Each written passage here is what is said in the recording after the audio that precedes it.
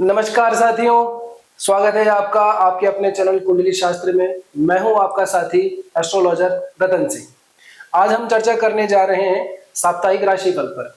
साप्ताहिक राशिफल 20 अक्टूबर से और 26 अक्टूबर के बीच में जो ग्रहों की स्थितियां बनेंगी उसका आपकी राशि के ऊपर क्या प्रभाव पड़ेगा। इसमें एक खबर और है। खबर यह है कि गुरु महाराज 18 अक्टूबर को उच्च की राशि कर्क के अंदर, जो कि इनके पुनर्वसु नक्षत्र के चतुर्थ चरण में पड़ती है, वहां पर गोचर करने जा रहे हैं। और ये अमूमन 1.5 महीने के आसपास रहेंगे। यहाँ पर 5 दिसंबर तक का ये समय है, क्योंकि इस समय पे गुरु महाराज अतिचारी अवस्था में है और इस अतिचारी अवस्था के दौरान ही गुरु महाराज का गोचर कर्क राशि में हो रहा है।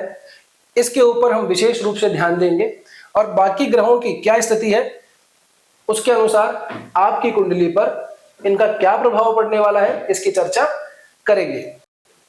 अब बात करते हैं सिंह राशि वालों के लिए। सिंह राशि वालों के लिए गुरु महाराज 12वें भाव में गोचर कर रहे हैं। 12वें भाव क्योंकि व्यय का भाव होता है, यात्राओं का भाव होता है, आयु का भाव भी होता है।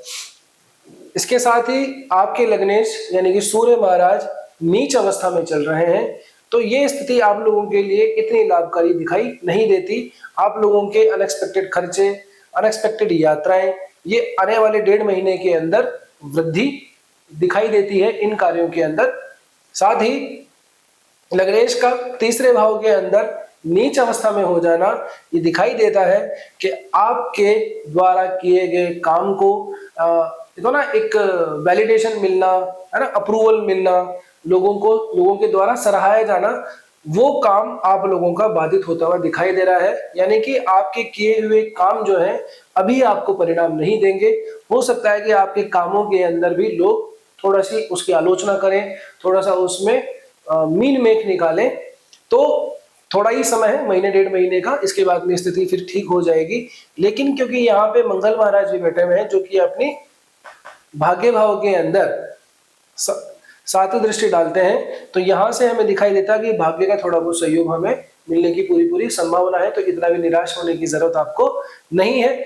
गुरु महाराज की फिर से अगर हम बात करें तो गुरु महाराज अपनी 5वीं दृष्टि आपके 4थे भाव पे डाल रहे हैं, 7वीं दृष्टि 6ठे भाव पे डाल रहे हैं और 9वीं दृष्टि आपके 8वें भाव पे डाल रहे हैं।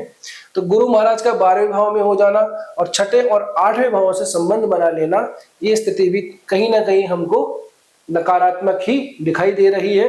तो आप लोगों को लोन वगैरह लेने से थोड़ा बचना चाहिए। अपने सीक्रेट स्पेशली आप किसी को ना बताएं, अपने ऑफिस वगैरह के अंदर। मैं तो यहां तक कहूंगा आपको कि अपने दोस्तों के अंदर और अपने परिवार के अंदर भी अपने कुछ सीक्रेट्स हैं उसको मत बताइएगा। आने वाले समय में उनका नुकसान आपको हो सकता है। साथ ही थोड़ा सा स्पिरिचुअल जर्नी में आपकी ग्रोथ दिखाई देती है, लेकिन फिर से मैं आपको कहूंगा कि बस अपने हेल्थ का थोड़ा सा ध्यान रखिएगा। खास करके कुछ खाना वगैरह खाते वक्त फूड पॉइजनिंग वगैरह का आपको संभावना पूरी दिखाई देती है।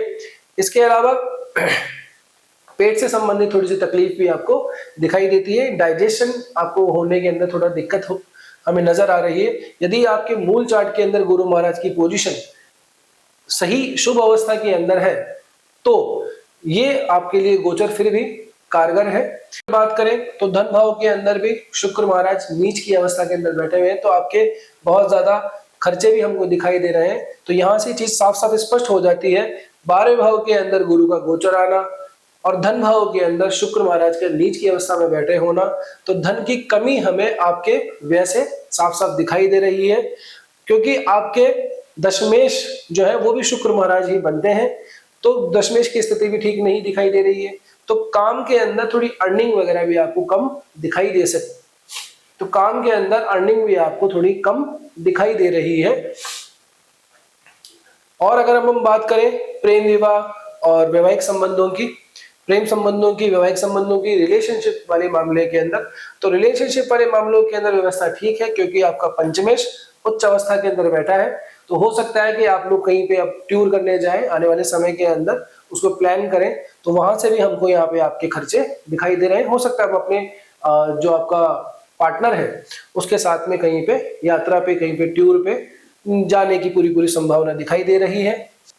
वैवाहिक जीवन के अंदर छोटा मोटा तनाव आपका रह सकता है, वैचारिक मतभेद आपके रह सकते हैं, लेकिन वैवाहिक जीवन के लिए इतनी शंका की बात नहीं है।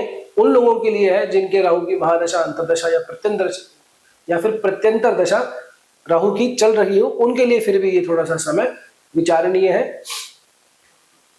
ओवरऑल गुरु महाराज का ये गोचर आपके लिए उतना लाभ लेके नहीं आ रहा है जितना कि इससे अपेक्षा की जा रही थी। ये था आपके लिए साप्ताहिक राशिफल। आपकी कुंडली में ग्रहों की स्थिति कहां पर है, कौन सी आपकी महादशा चल रही है, किस ग्रह से संबंधित आपकी अंतर्दशा चल रही है, यहाँ तक कि प्रत्यंतर किस ग्रह का चल रहा है, ये भी बहुत ज्यादा महत्वपूर्ण है। इन्हीं सब चीजों को जोड़ करके ही हम ठीक से किसी व्यक्ति की कुंडली का विश्लेषण कर सकते हैं। ये विश्लेषण आपकी राशि से संबंधित था।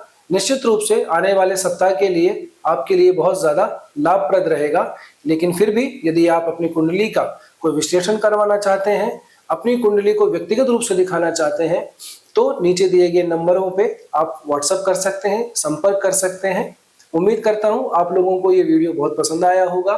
तो पसंद आया तो जरूर लाइक कीजिए, शेयर कीजिए, और आपकी राशि कौन सी है ये कमेंट के अंदर जरूर बताइएगा। जय श्री कृष्णा, जय श्री राम।